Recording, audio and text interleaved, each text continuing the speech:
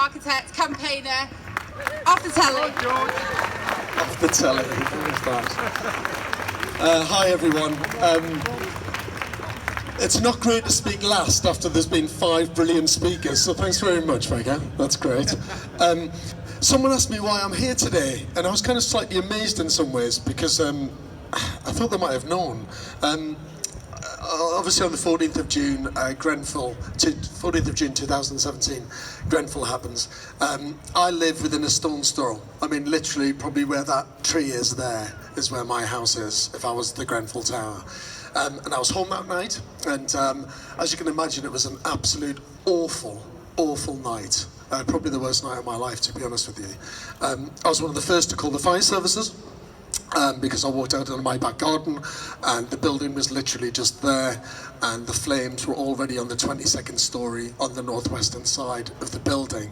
And I'd been in my back garden about half an hour beforehand, and there was no fire whatsoever. And I knew as an architect that for fire to spread that quickly in a building was unbelievably wrong and unbelievably bad. I stood on the roof of my garden studio and shouted for people to get out. My neighbours thought I was being broken into because I was shouting, "Get out, get out, get out." So they thought that I had a burglar inside my house and that I was being done over. And when my neighbours leaned out the window and said, "What's the problem, George?" and I said, "Just look at that." And it was a towering inferno.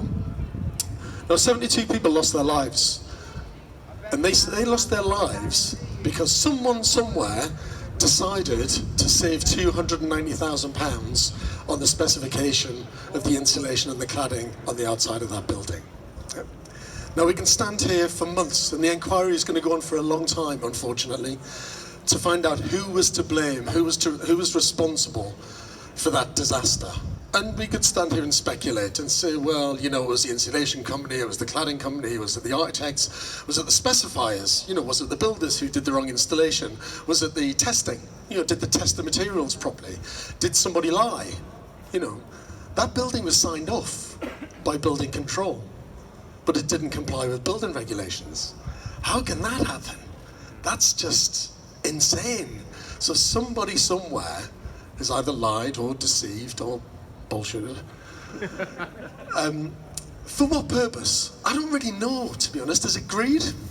Maybe it is. Is it just to save money?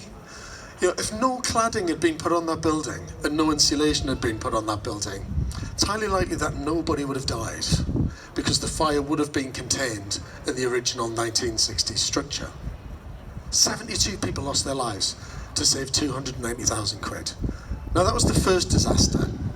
The second disaster was the government's mess afterwards to deal with it.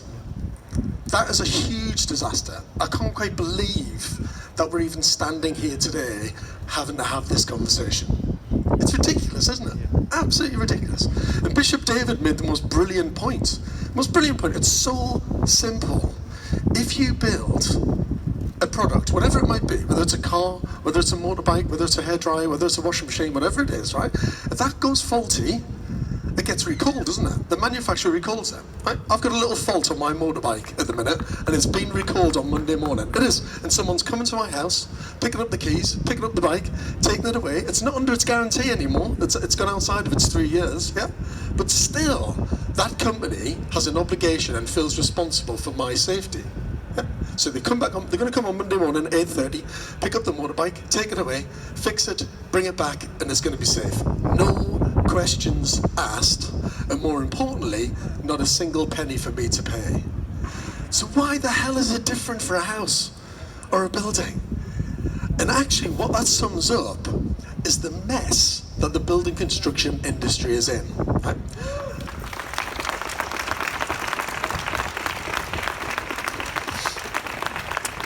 And the government have got a role to legislate to protect us. That's their job at the end of the day, to protect us.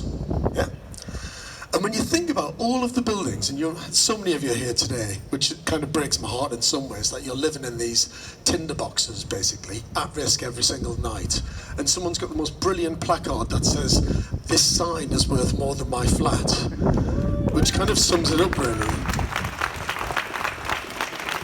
Yeah, there's another one.